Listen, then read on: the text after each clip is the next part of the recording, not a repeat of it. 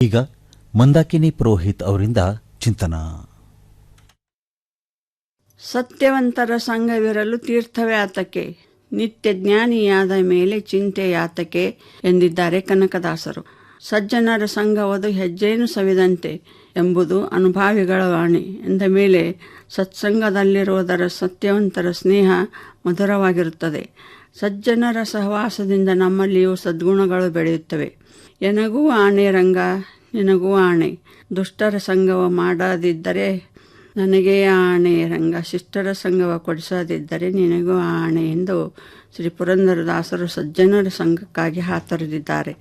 ಸಂತರ ಸತ್ಪುರುಷರ ಸಂಘದಿಂದ ನಮಗೂ ಭಗವಂತನ ದರ್ಶನವಾಗುತ್ತದೆ.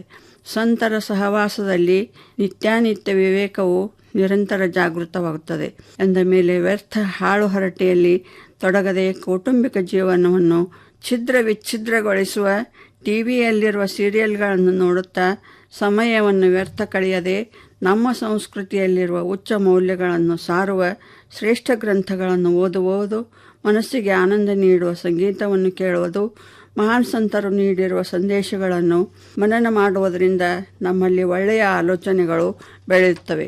ಬಸವಣ್ಣನವರು ಮಡಕೆಯ ಮಾಡೋಡೆ ಮಣ್ಣೇ ಮೊದಲು, ತೊಡಿಕೆಯ ಮಾಡೋಡೆ ಹೊನ್ನೇ ಮೊದಲು, ಕೂಡಲ ಸಂಗನ ಶರಣರ ನರಿಯೊಡೆ ಶರಣರ ಸಂಘವೇ ಮೊದಲು ಅಯ್ಯ ಎಂದಿದ್ದಾರೆ.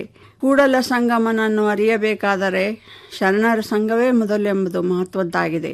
ನಾವು ಯಾವಾಗಲೂ ಸಂತರ, ಶರಣರ, ಜ್ಞಾನಿಗಳ ಸಹವಾಸದಲ್ಲಿದ್ದರೆ ನಮ್ಮ ಪರಿಶುದ್ಧ ಅಂತಃಕರಣದಲ್ಲಿ ಭಗವಂತನು ನೆಲೆಸಿರುತ್ತಾನೆ. ಶ್ರೀ ಜ್ಞಾನದೇವರು ಸಂತರ ಸಹವಾಸವು ಮನುಷ್ಯನನ್ನು ಭಗವಂತನ ಪಾದದಡಿಗೆ ಒಯ್ಯುವ ನಿಶ್ಚಿತವಾದ ಮಾರ್ಗವಾಗಿರುತ್ತದೆ. ಸತ್ಪುರುಷರ ಮುಖದಿಂದ ಯಾರಿಗೆ ಭಗವಂತನ ಬಗ್ಗೆ ಉಪದೇಶವು ಪ್ರಾಪ್ತವಾಗುತ್ತದೆಯೋ ಅವರ ದೇಹಭಾವ ನಷ್ಟವಾಗುತ್ತದೆ, ಅಹಂಭಾವ ನಾಶವಾಗುತ್ತದೆ ಎಂದಿದ್ದಾರೆ. ಸತ್ಸಂಗತಿ ಮಾಡುವ ಮನುಷ್ಯನು ಉರಿಯ ಕರ್ಪೂರದಂತೆ ಪವಿತ್ರ ಅಂತಃಕರಣವುಳ್ಳವನಾಗುತ್ತಾನೆ. ಯೋಗ್ಯ ಸಾಧುವಿನ ಉಪದೇಶದಿಂದ ಅಜ್ಞಾನದ ಅಂಧಕಾರವು ದೂರವಾಗಿ ಜ್ಞಾನದ ಪ್ರಕಾಶವು ಪ್ರಾಪ್ತವಾಗುತ್ತದೆ. ನಮ್ಮ ದೇಶದಲ್ಲಿರುವ ಅಸಂಖ್ಯಾತ ಸಂತರು, ಶರಣರು, ಸತ್ಪುರುಷರು ತಮ್ಮದೆಲ್ಲವನ್ನೂ ತ್ಯಾಗ ಮಾಡಿ ಜಗತ್ತಿನ ಕಲ್ಯಾಣಕ್ಕಾಗಿ ತಮ್ಮ ಜೀವನವನ್ನು ಸವೆಸಿರುತ್ತಾರೆ.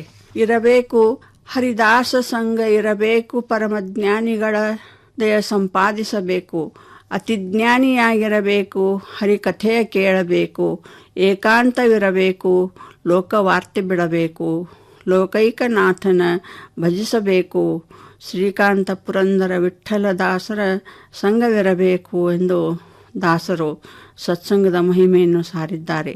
ಕಲಿಯುಗದಲ್ಲಿ ಸತ್ಸಂಗತಿ, ಸಜ್ಜನರ ಸಹವಾಸ ಸಿಗುವುದೇ ದುರ್ಲಭವಾಗಿದೆ. ಪಾಶ್ಚಾತ್ಯ ಸಂಸ್ಕೃತಿಯ ಪ್ರಭಾವದಿಂದ ಇಂಗ್ಲಿಷ್ ಶಿಕ್ಷಣ ಪಡೆಯುವ ಮಕ್ಕಳು ಭಾರತೀಯ ಸಂಸ್ಕೃತಿಯ ಸಂಸ್ಕಾರದಿಂದ ವಂಚಿತರಾಗುತ್ತಿದ್ದಾರೆ. ಯುವ ಪೀಳಿಗೆ ಸ್ವೇಚ್ಛಾಚಾರಕ್ಕೆ ಬಲಿಯಾಗಿ ತಮ್ಮ ಜೀವನದ ಗುರಿಯನ್ನೇ ಮರೆತಿದ್ದಾರೆ.